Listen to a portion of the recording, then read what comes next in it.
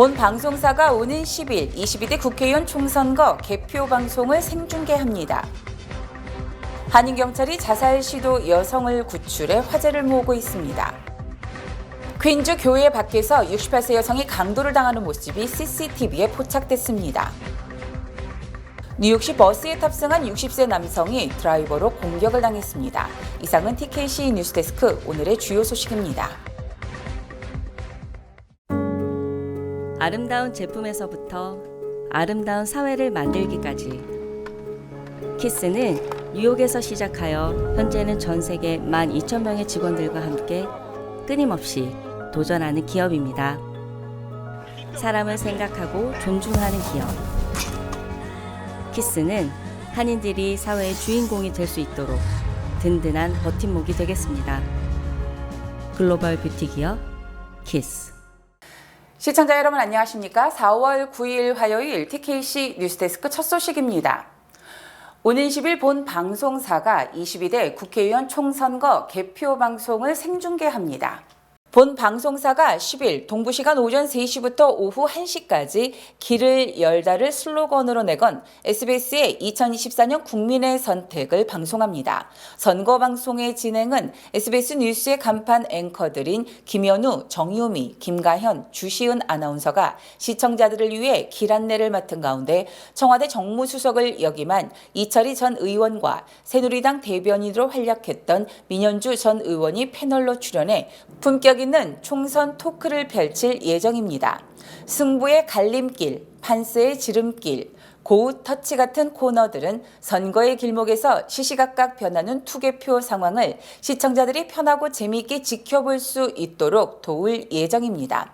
특히 선거방송 최초로 SBS 선거방송의 마스코트, 귀여운 거대 곰인형 캐릭터 투표로는 인간의 지능과 목소리를 장착하고 AI 캐릭터 최초로 선거방송 해설자로 데뷔합니다.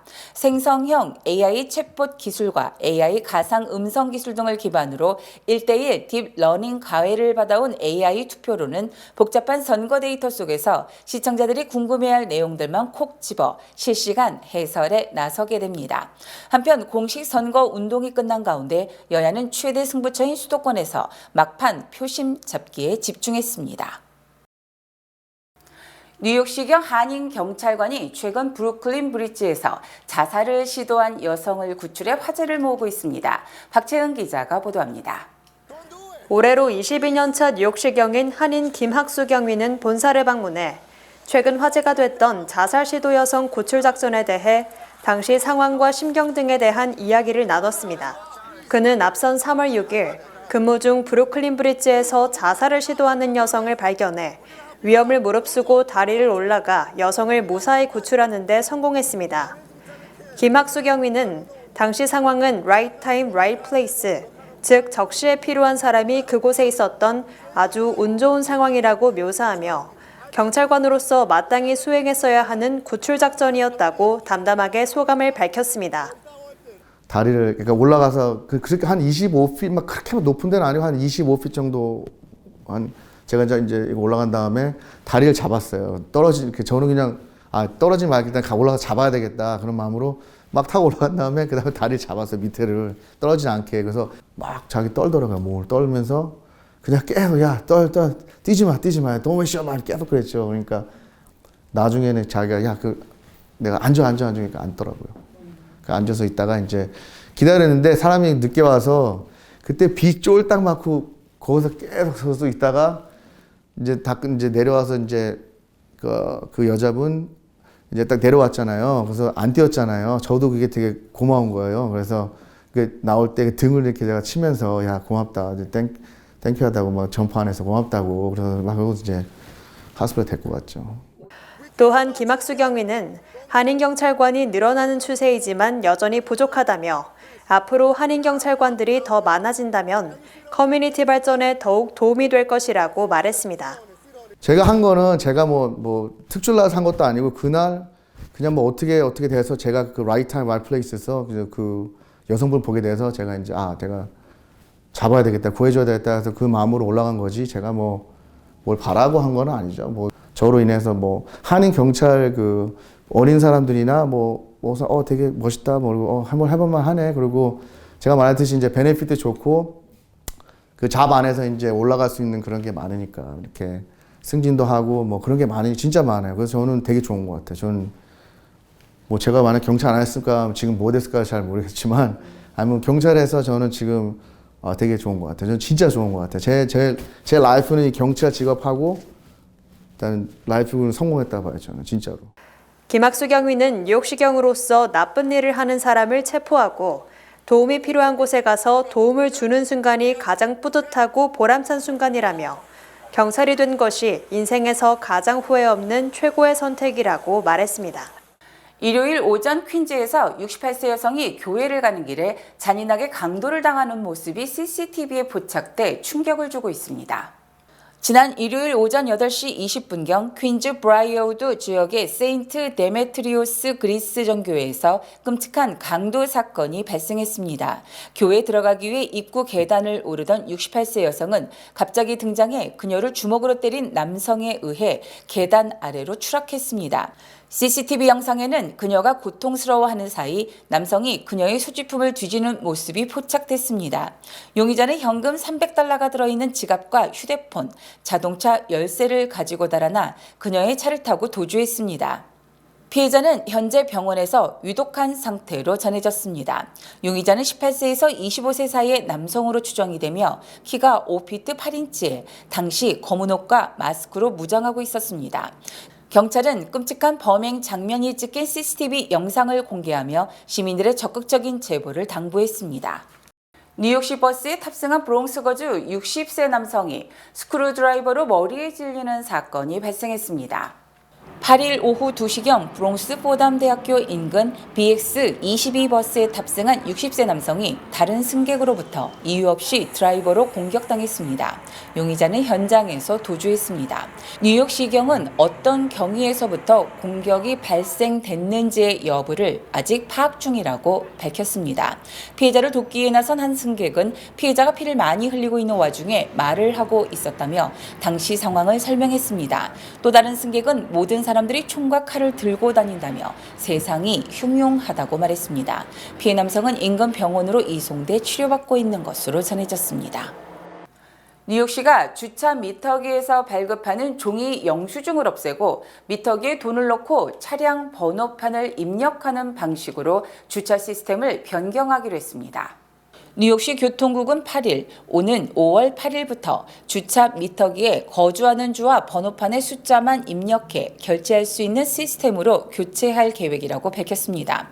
맨하탄 북부에서 시작해 남부로 미터기 교체가 시작이 될 퀸즈, 브롱스, 브루클린, 스테이튼 아일랜드로 확대될 예정입니다. 교통국에 따르면 매년 2,500마일에 해당하는 영수증이 인쇄돼 버려지고 있다며 새 시스템으로 보다 간편하고 엄청난 양의 종이를 아낄 수 있을 것이라고 설명했습니다. 또 운전자들이 이 시스템을 악용하지 못하도록 주차 미터기 정보는 뉴욕시경과 실시간으로 공유될 방침입니다. 한편 뉴욕시 내 8만 개 주차 미터기가 설치돼 있습니다. 여성의 낙태권 문제가 올해 대선 최대 이슈이자 트럼프의 최대 약점으로 부각되자 트럼프 전 대통령이 낙태권 제한을 각 주의 판단에 맡길 것이라며 기존의 입장을 180도 수정했습니다. 트럼프 전 대통령은 어제 낙태권 문제는 각 주가 투표나 입법을 통해 자율적으로 결정할 문제라고 주장했으며 이는 자신이 당선되더라도 연방정부 차원의 전국적인 낙태 금지 조치 등은 취하지 않을 것임을 시사한 것으로 풀이됩니다. 트럼프 전 대통령의 이 같은 입장은 낙태권을 더 제한해야 한다는 기존 입장에서 크게 후퇴한 것으로 낙태 반대 단체 등에서는 트럼프의 배신이라며 큰 실망감을 표했습니다. 트럼프 전 대통령은 트루스 소셜에 올린 글에서 많은 주들이 낙태를 금지하는 시기에 대한 견해가 다를 것이며 일부 주는 다른 주보다 더 보수적일 수 있다며 결국 그 주의 주민들의 의지에 따른 것이며 여러분의 마음과 종교, 신앙에 따라 결정돼야 한다며 자율성을 강조했습니다. 그동안 트럼프 전 대통령은 연방 대법원이 전국 단위의 낙태권을 인정한 로데웨이드 판결을 폐기한 이후 임신 15주 이후에 낙태를 금지한다는 입장을 보여왔습니다. 트럼프 전 대통령이 낙태 문제에 대한 견해를 거의 180도 수정한 것은 이 문제만큼은 공화, 민주 등 정치적 성향을 떠나 모든 여성, 심지어 남성들도 낙태권을 인정해야 한다는 견해가 압도적으로 우세하기 때문입니다. 트럼프 전 대통령이 대선 최대 이슈인 낙태 문제에 대한 견해를 수정함에 따라서 이에 따른 큰 부담을 덜게 된 반면 바이든 측에서는 트럼프에게 타격을 줄 수 있는 큰 무기를 잃게 됐습니다.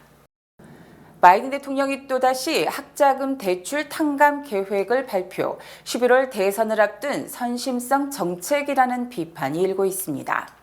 바이든 대통령은 어제 대선 경합주인 위스콘신주 메디슨을 방문해 미국인의 생계비용 낮추기를 주제로 한 연설을 통해 새로운 학자금 탕감 계획을 발표했습니다. 바이든 대통령은 연간 소득 12만 달러, 부부 합산 소득 24만 달러 이하의 학자금 대출자는 대출금 체납에 따른 이자를 최대 2만 달러까지 탕감해 줄 것이라고 강조했습니다. 특히 400만 명 정도는 학자금 빚을 전액 탕감하고 1,000만 명은 최소 5,000달러 이상 빚을 줄여주고 대학 졸업 뒤 20년, 대학원 졸업 뒤 25년간 학자금 빚을 갚아온 사람은 남은 채무를 사실상 전액 탕감해 주기로 했습니다.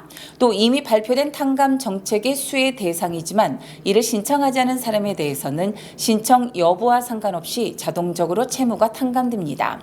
바이든 대통령의 새 학자금 대출 탕감 계획으로 2,300만 명 이상이 혜택을 받게 되며 기존 탕감 정책 수혜자까지 더하면 3천만 명 이상이 채무 부담을 덜게 됩니다. 바이든 대통령이 지난 2022년 8월 학자금 채무 면제 정책을 발표했으나 지난해 6월 연방대법원이 탕감은 의회의 권한이며 대통령의 권한이 아니라고 판결, 일부 계획이 중단되자 또다시 새 대책을 마련한 것입니다.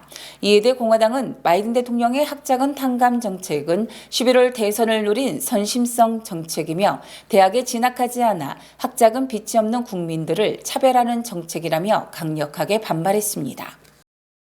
성추행 입막음 의혹과 관련한 형사재판 일정을 연기해달라는 트럼프 전 대통령의 요청이 1심에서 기각된 데 이어서 항소심도 이를 받아들이지 않았습니다. 뉴욕주 항소법원은 어제 성추행 입막음 의혹과 관련한 자신의 형사재판을 연기해달라는 트럼프 전 대통령의 요청을 전격 기각했습니다. 트럼프 전 대통령은 민주당 우세 지역인 맨하탄에서 재판이 진행이 되면 배심원단 선정이 공정한 방식으로 진행될 수 없기 때문에 재판 장소 변경을 요청하는 방법으로 형사재판 일정 연기를 추진해왔으나 실패한 것입니다. 트럼프 전 대통령은 이에 앞서 뉴욕주 뉴욕 카운티 지방법원에 형사재판 일정을 연기해달라고 요청했으나 기각이 되자 항소법원에 긴급 청원을 제기했으며 항소법원도 1심 법원과 똑같은 판단을 내린 것입니다. 이 사건은 트럼프 전 대통령이 기소된 4건의 형사재판 중 한 건으로 당초 예정대로 오는 15일부터 뉴욕 카운티 지방법원에서 배심원 재판이 시작되게 됩니다. 트럼프 전 대통령은 이 사건 담당 판사인 후안 멀천 판사가 편파적이라며 노골적으로 비판해왔으며 멀천 판사의 딸까지 언급, 함구령을 받기도 했습니다. 하지만 트럼프 전 대통령은 이 함구령에 대해서도 뉴욕주 항소법원의 해제를 요청하는 청원을 제기한 상황입니다. 대학 등록금이 급상승, 아이비리그 대학 대부분의 학비가 9만 달러를 넘긴 것으로 확인됐습니다. 블룸버그 통신은 펜실베니아대 올가을 입학생의 학비는 92,288달러로 아이비리그 8개 대학 중 최고를 기록했다고 밝혔습니다. 또 코넬대는 92,150달러로 2위, 브라운대는 91,676달러, 다스머스대는 91,312달러, 예일대 91,975달러 순으로 조사됐습니다. 반면 컬럼비아대는 89,587달러, 프린스턴대는 86,700달러, 하버드대는 82,866달러로 9만 달러를 약간 밑돌았습니다. 특히 이 같은 학비는 지난해보다 3.6%에서 4.5% 상승한 것이며 미국의 소득 중간값 74,580달러를 크게 웃도는 것입니다. 전자담배를 피우면 신부전에 걸릴 위험이 높아진다는 연구 결과가 나왔습니다. 미국 심장학회가 최근 발표한 연구에 따르면 전자담배를 피우는 사람들은 신부전에 걸릴 확률이 19%나 높은 것으로 나타났습니다. 신부전은 심장 근육이 경직되는 등 이상이 발생해 신체 각 기관에 혈액을 제대로 내보내지 못하게 되는 질환을 말합니다. 연구팀이 평균 52세 미국인 17만 5,667명을 4년 동안 추적 조사한 결과 이 중 3,242명이 흡연 시작 후 45개월 안에 신부전을 일으킨 것으로 나타났습니다. 그뿐 아니라 연구팀은 전자담배를 피운 사람들이 그렇지 않은 사람들보다 신부전 발병 위험도 더 높다는 것을 발견했습니다. 연방질병통제예방센터의 자료에 따르면 미국에서 2020년 2월까지 2,800명 이상의 전자담배 사용자가 폐 손상 등으로 병원에 입원했으며 이 중 68명이 사망했습니다. 연구팀은 전자담배를 핀다면 폐 속으로 들어가는 화학물질을 흡입하고 있는 것이라고 경고했습니다. 주요 단신 전해드립니다. 미국을 방문한 데이빗 캐머런 영국 외무장관이 공식 일정 시작 전 플로리다주 마라라고 리조트로 트럼프 전 대통령을 먼저 방문해 트럼프의 달라진 위상을 실감케 했습니다. 뉴욕주 의회가 지난 4일로 예정됐던 예산안 심의를 8일로 연기한 데 이어서 어제는 의원들이 개기일식 관람을 이유로 또다시 심의 일자를 11일로 연기했습니다. 뉴욕시가 각 지역의 녹지, 납수도관, 자전거도로, 홍수 위험 지역, 폐기물 처리 시설, 교통소음 다발 지역 등을 한눈에 보여주는 환경지도 웹사이트를 개설했습니다. 어젯밤 10시쯤 브루클린 크라운하이츠에서 50세 남성이 총기에 피살된 데 이어서 1시간 뒤 한 블록 떨어진 곳에서 11세 소년이 총에 맞아 중상을 입었습니다. 챗 GPT 개발로 인공지능 혁명을 불러온 오픈 AI의 최고 경영자 샘 울트먼의 재산이 10억 달러를 돌파, 억만장자 대열에 합류했다고 포브스가 밝혔습니다. 올해 미 프로야구 메이저리그 개막전 출전 선수 947명의 평균 연봉이 498만 달러로 지난해보다 1.5% 올랐으며 이 중 4명은 4천만 달러 이상을 받는 것으로 조사됐습니다. 미 최고의 권위를 자랑하는 메스터스 골프 대회가 오는 11일 조지아주 오커스타 내셔널 골프 클럽에서 열리며 유일하게 2연패 기록을 세운 타이거 우즈도 출전합니다. 미국 경제 고공 행진이 계속되면서 6월 금리 인하 예측도 50% 이하로 내려가고 고금리 지속 전망으로 국채금리가 연중 최고로 치솟고 있습니다. 날씨 전해드립니다. 수요일인 내일은 흐린 가운데 오전 한때 비가 내리겠습니다. 내일 낮 최고 기온은 59도, 밤 최저 기온은 51도입니다. 해 뜨는 시각은 오전 6시 23분, 해 지는 시각은 오후 7시 30분입니다.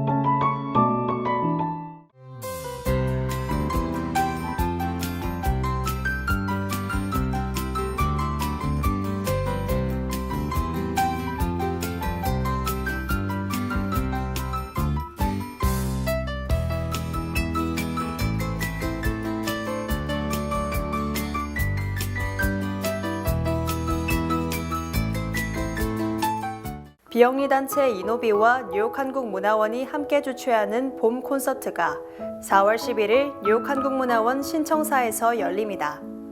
바이올리니스트 스테판 제키브, 클라리네니스트 김유나, 그리고 피아니스트 신창용까지 세계적으로 유명한 젊은 한인 클래식 음악가들이 선보이는 특별 음악회, 많은 관심 부탁드립니다. 모든 수익은 오직 소외된 이들을 위한 이노비의 다양한 무료 프로그램 운영 비용으로 사용됩니다. 이상으로 4월 9일 화요일 TKC 뉴스데스크를 마칩니다. 시청해주신 여러분 고맙습니다.